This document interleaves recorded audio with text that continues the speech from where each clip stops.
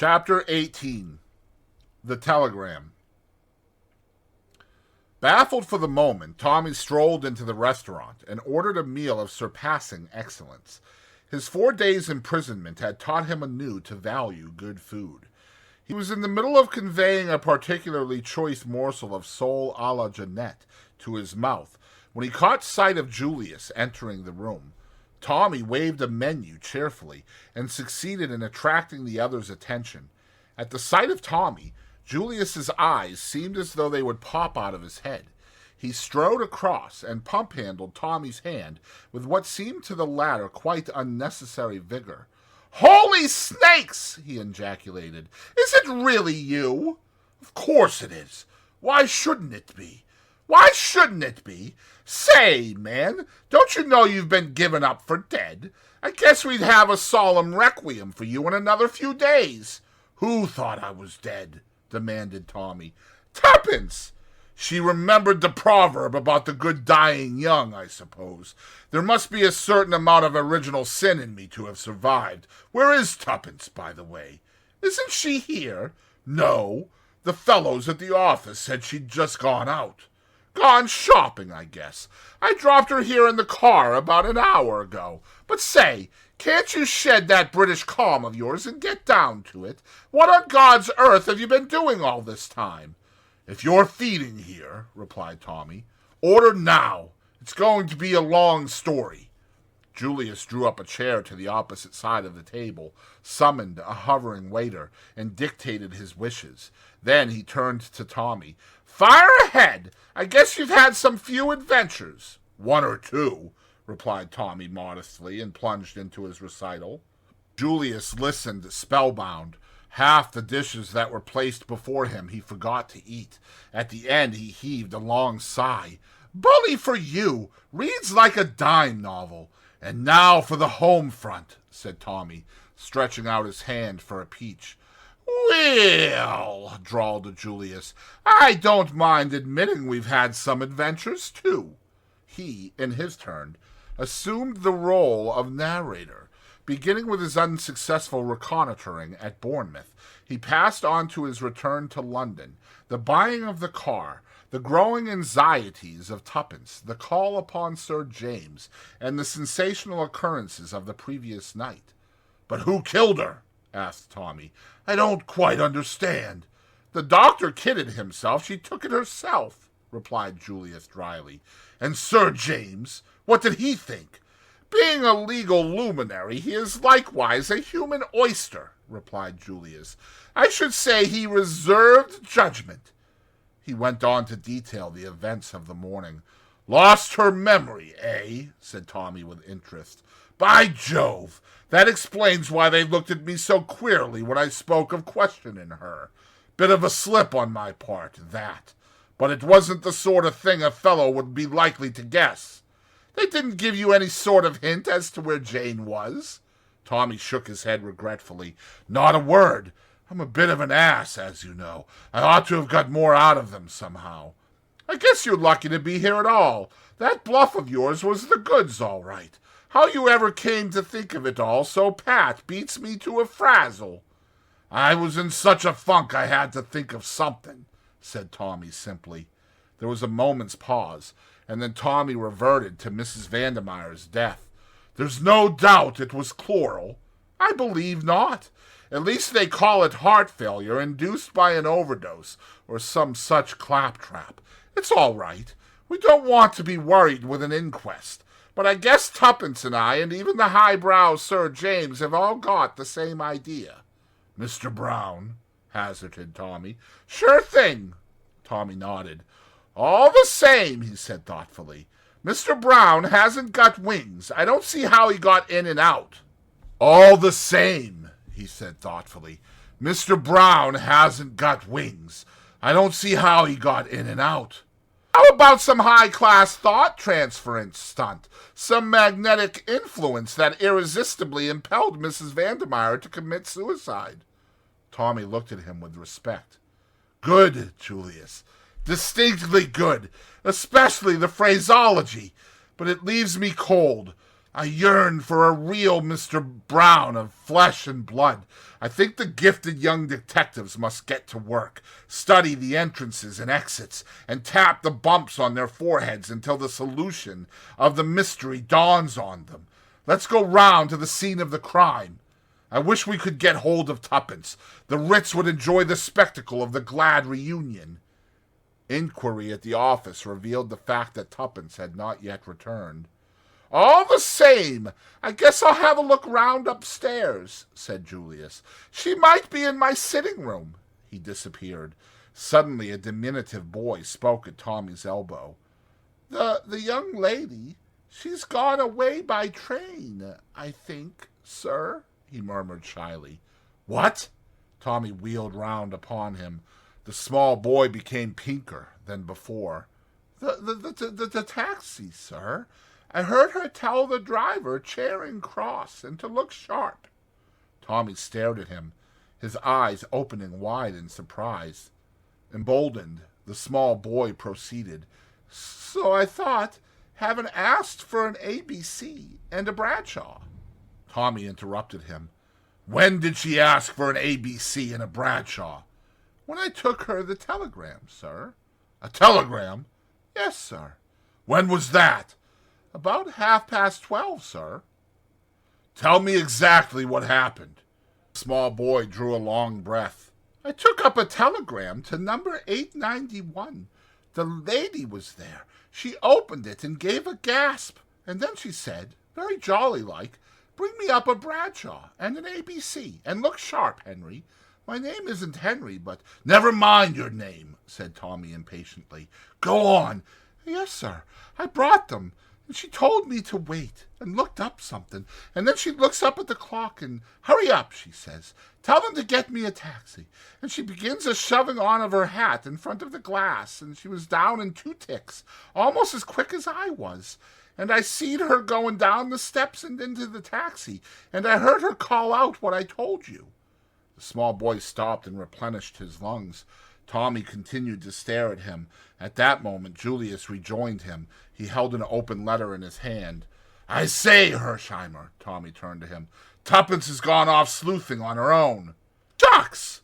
Yes, she has. She went off in a taxi to Charing Cross in the deuce of a hurry after getting a telegram. His eye fell on the letter in Julius's hand. Oh, she left a note for you. That's all right. Where's she off to? Almost unconsciously, he held out his hand for the letter, but Julius folded it up and placed it in his pocket. He seemed a trifle embarrassed. I guess this has nothing to do with it. It's about something else, something I asked her that she was to let me know about. Oh. Tommy looked puzzled and seemed waiting for more. See here, said Julius suddenly, I'd better put you wise. I asked Miss Tuppence to marry me this morning. Oh? Said Tommy mechanically. He felt dazed. Julius's words were totally unexpected. For the moment they benumbed his brain. I'd like to tell you, continued Julius, that before I suggested anything of the kind to Miss Tuppence, I made it clear that I didn't want to butt in any way between her and you. Tommy roused himself. That's all right, he said quickly. Tuppence and I have been pals for years, nothing more. He lit a cigarette with a hand that shook ever so little. That's quite all right. Tuppence always said that she was looking out for— He stopped abruptly, his face crimsoning, but Julius was in no way discomposed. Oh, I guess it'll be the dollars that do the trick. Miss Tuppence put me wise to that right away. There's no humbug about her. We ought to get along together very well. Tommy looked at him curiously for a minute, as though he were about to speak, then changed his mind and said nothing. Tuppence and Julius. Well, why not? Had she not lamented the fact that she knew no rich men? Had she not openly avowed her intention of marrying for money if she ever had the chance? Her meeting with the young American millionaire had given her the chance, and it was unlikely she would be slow to avail herself of it. She was out for money. She had always said so. Why blame her because she had been true to her creed? Nevertheless, Tommy did blame her. He was filled with a passionate and utterly illogical resentment. It was all very well to say things like that, but a real girl would never marry for money. Tuppence was utterly cold-blooded and selfish, and he would be delighted if he never saw her again, and it was a rotten world. Julius's voice broke in on these meditations. Yes, we ought to get along together very well. I've heard that a girl always refuses you once, a sort of convention. Tommy caught his arm. Refuses? Did you say refuses? Sure thing. Didn't I tell you that? She just rapped out a no without any kind of reason to it. The eternal feminine, the Huns call it, I've heard. But she'll come round right enough. Likely enough I hustled her some... But Tommy interrupted regardless of decorum. What did she say in that note? He demanded fiercely. The obliging Julius handed it to him. There's no earthly clue in it as to where she's gone, he assured Tommy. But you might as well see for yourself if you don't believe me. The note, in Tuppence's well-known schoolboy writing, ran as follows. Dear Julius, it's always better to have things in black and white. I don't feel I can be bothered to think of marriage until Tommy is found. Let's leave it till then. Yours affectionately, Tuppence. Tommy handed it back, his eyes shining. His feelings had undergone a sharp reaction. He now felt that Tuppence was all that was noble and disinterested. Had she not refused Julius without hesitation? True, the note betokened signs of weakening, but he could excuse that. It read almost like a bribe to Julius to spur him on in his efforts to find Tommy, but he supposed she had not really meant it that way. Darling Tuppence, there was not a girl in the world to touch her. When he saw her, his thoughts were brought up with a sudden jerk. As you say, he remarked, pulling himself together, there's not a hint here as to what she's up to. Hi, Henry. The small boy came obediently. Tommy produced 5 shillings. One thing more. Do you remember what the young lady did with the telegram? Henry gasped and spoke. She crumpled it up into a ball and threw it into the grate, and made a sort of noise like whoop, sir. Very graphic, Henry, said Tommy. Here's your 5 shillings. Come on, Julius. We must find that telegram. They hurried upstairs. Tuppence had left the key in her door. The room was as she had left it. In the fireplace was a crumpled ball of orange and white. Tommy disentangled it and smoothed out the telegram. Come at once. Moat House. Adversary, Yorkshire. Great developments. Tommy. They looked at each other in stupefaction. Julius spoke first. You didn't send it? Of course not. What does it mean? I guess it means the worst, said Julius quietly. They've got her. What? Sure thing. They signed your name, and she fell into the trap like a lamb. My God! What shall we do? Get busy and go after her right now. There's no time to waste. It's almighty luck that she didn't take the wire with her. If she had, we'd probably never have traced her. But we've got to hustle. Where's that Bradshaw? The energy of Julius was infectious. Left to himself, Tommy would probably have sat down to think things out for a good half hour before he decided on a plan of action. But with Julius Hersheimer about, hustling was inevitable. After a few muttered imprecations, he handed the Bradshaw to Tommy as being more conversant with its mysteries. Tommy abandoned it in favor of an ABC. Here we are, Ebury, Yorks, from King's Cross, or St. Pancras. Boy must have made a mistake. It was King's Cross, not Charing Cross. 12:50. That's the train she went by. 2:10. That's gone. 3:20 is the next. And a damn slow train, too. What about the car? Tommy shook his head. Send it up if you like, but we'd better stick to the train. The great thing is to keep calm. Julius groaned. That's so, but it gets my goat to think of that innocent young girl in danger. Tommy nodded abstractedly. He was thinking. In a moment or two, he said, I say, Julius, what do they want her for, anyway? I don't get you. What I mean is that I don't think it's their game to do her any harm, explained Tommy, puckering his brow with the strain of his mental processes. She's a hostage. That's what she is. She's in no immediate danger, because if we tumble on to anything, she'd be damned useful to them. As long as they've got her, they've got the whip hand of us. See? Sure thing, said Julius thoughtfully. That's so. Besides, added Tommy as an afterthought, I've great faith in Tuppence. The journey was wearisome, with many stops and crowded carriages. They had to change twice, once at Doncaster, once at a small junction. Ebury was a deserted station with a solitary porter, to whom Tommy addressed himself. Can you tell me the way to the Moat House? The Moat House? It's a tidy step from here. The big house near the sea, you mean? Tommy assented brazenly. After listening to the porter's meticulous but perplexing directions, they prepared to leave the station. It was beginning to rain, and they turned up the collars of their coats as they trudged through the slush of the road. Suddenly Tommy halted. Wait a moment. He ran back to the station and tackled the porter anew. Look here, do you remember a young lady who arrived by an earlier train, the 12:50 from London? She'd probably ask you the way to the Moat House. He described Tuppence as well as he could, but the porter shook his head. Several people had arrived by the train in question. He could not call to mind one young lady in particular, but he was quite certain that no one had asked him the way to the Moat House. Tommy rejoined Julius and explained. Depression was settling on him like a leaden weight. He felt convinced that their quest was going to be unsuccessful. The enemy had over 3 hours' start. 3 hours was more than enough for Mr. Brown. He would not ignore the possibility of the telegram having been found. The way seemed endless. Once they took the wrong turning and went nearly half a mile out of their direction. It was past 7 o'clock when a small boy told them that the Moat House was just past the next corner. A rusty iron gate swinging dismally on its hinges, an overgrown drive thick with leaves. There was something about the place that struck a chill to both their hearts.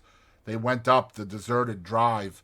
The leaves deadened their footsteps. The daylight was almost gone.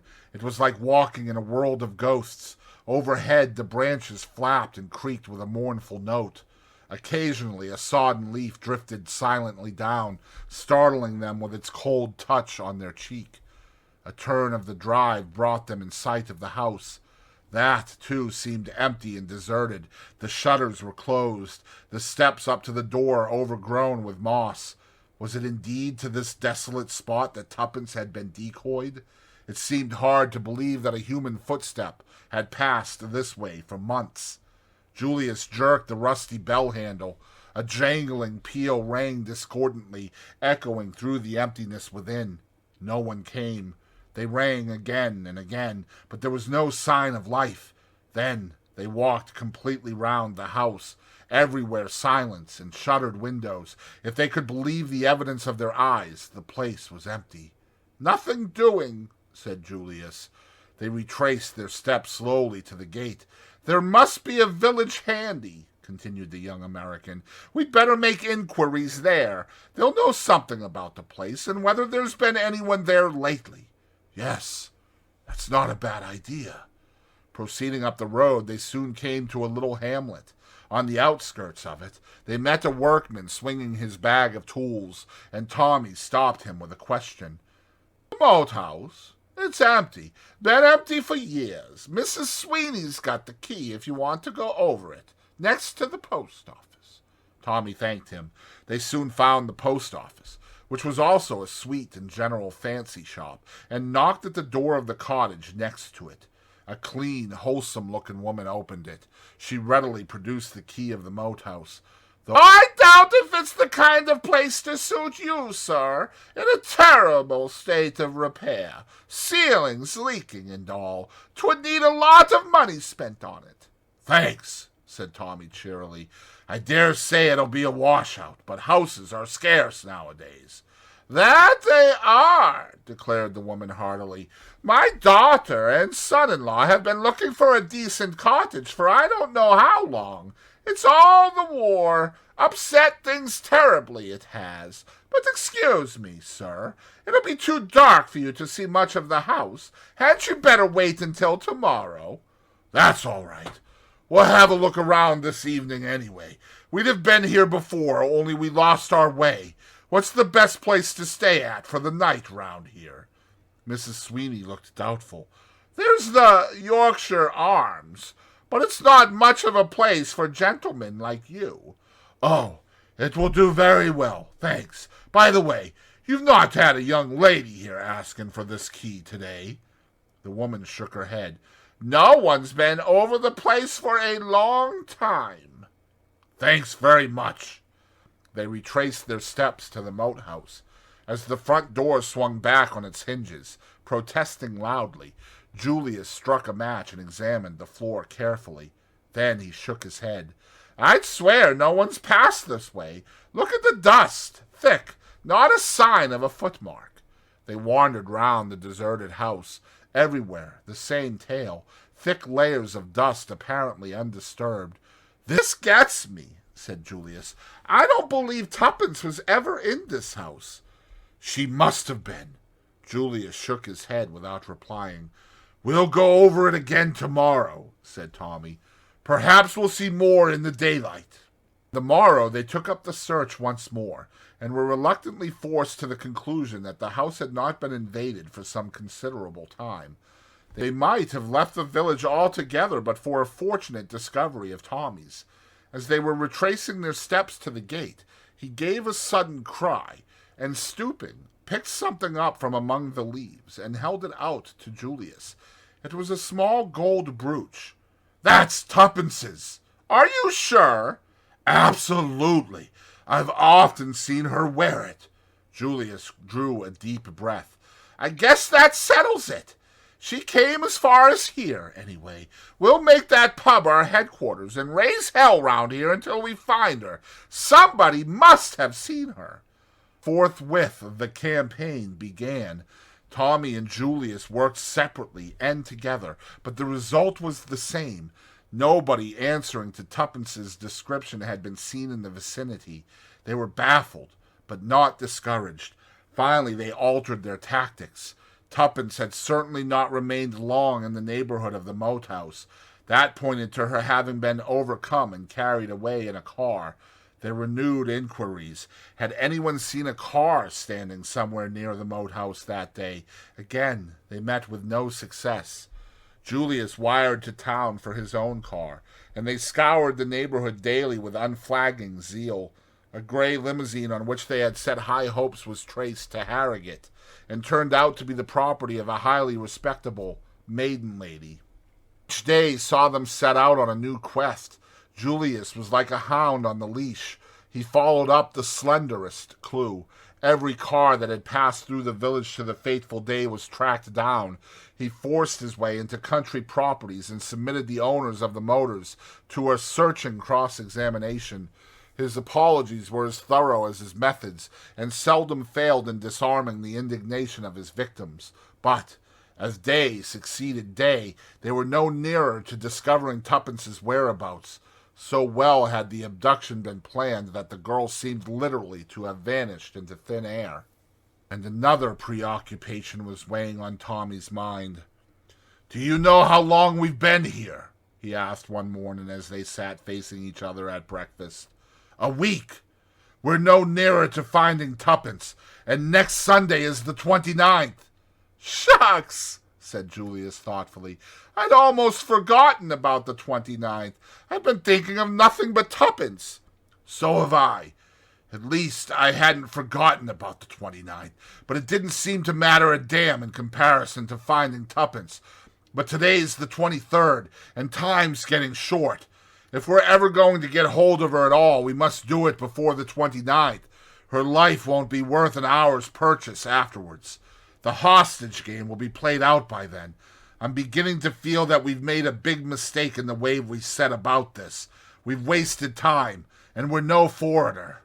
"I'm with you there. We've been a couple of mutts who've bitten off a bigger bit than they can chew. I'm going to quit fooling right away." "What do you mean?" "I'll tell you. I'm going to do what we ought to have done a week ago. I'm going right back to London to put the case in the hands of your British police. We fancied ourselves as sleuths. Sleuths! It was a piece of damn foolishness. I'm through. I've had enough of it. Scotland Yard for me. You're right, said Tommy slowly. I wish to God we'd gone there right away. Better late than never. We've been like a couple of babes playing. Here we go round the mulberry bush.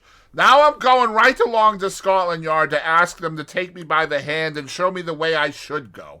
I guess the professional always scores over the amateur in the end. Are you coming along with me? Tommy shook his head. What's the good? One of us is enough. I might as well stay here and nose round a bit longer. Something might turn up. One never knows. Sure thing. Well, so long. I'll be back in a couple of shakes with a few inspectors along. I shall tell them to pick out their brightest and best. The course of events was not to follow the plan Julius had laid down. Later in the day, Tommy received a wire. Join me. Manchester Midland Hotel. Important news. Julius. At 7:30 that night, Tommy alighted from a slow cross-country train. Julius was on the platform. Thought you'd come by this train if you weren't out when my wire arrived. Tommy grasped him by the arm. What is it? Is tuppence found? Julius shook his head.